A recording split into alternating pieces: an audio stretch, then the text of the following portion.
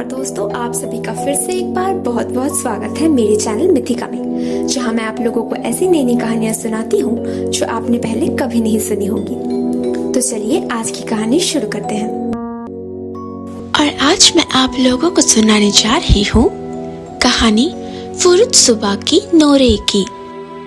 इस शब्द का मतलब है पुरानी सुबह की स्पिरिट्स जो सुबह की पेड़ पे रहते हैं और धूप, पानी और मिट्टी के जरिए अपने आप को जिंदा रखते हैं। जापानीज लोक कथा में ये मानना है कि कोई भी चीज अगर बहुत पुरानी हो जाती है तो उसमें खुद की एक आत्मा आ जाती है और वो योकाई में बदल जाती है। जब एक सुबह की ट्री, जिसे रोज ऑफ विंटर के नाम से भी जाना जाता है, बहुत पुरानी हो जाती है तो उसकी आत्मा में बहुत सी रहस्यमय ताकतें आ जाती है और वो पेड़ से अलग होकर अपनी ताकतों के जरिए इंसानों को भटका देती है। सुबह की ट्री एक ऐसा पेड़ है जो पूरा साल हरा भरा रहता है, मगर इसकी एक अजीब बात यह है कि बाकी पेड़ों की तरह इसके फूल सूखकर एक दो करके नीचे नहीं गिरते, सारे एक ही साथ झड़ जाते हैं और पूरा पेड़ खाली हो जाता है। इसीलिए बहुत पहले से ही इस पेड़ को मौत का प्रतीक माना जाता है और जापान में ये फूल कभी भी बीमार लोगों को या हॉस्पिटल्स में नहीं दिया जाता। अब इनसे जुड़ी कहानी पर आते हैं।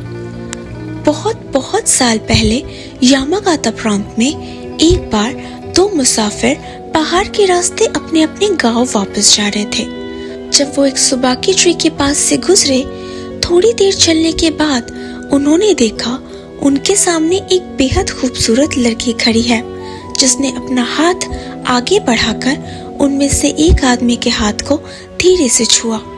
उसके छूते ही वो आदमी एक मधुमक्खी में बदल गया, जिसके बाद वो लड़की गायब हो गई और वो मधुमक्खी उड़कर उस सुबाकी पेड़ के एक फूल में जा बैठा और तुरंत ही मर गया।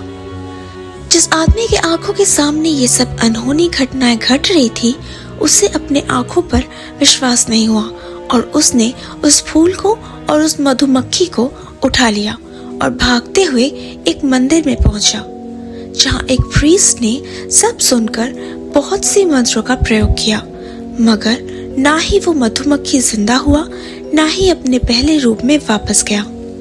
इसके बाद उस आदमी ने उस मधुमक्खी और उस फूल को एक साथ उस सुबाकी पेड़ के नीचे दफना दिया था।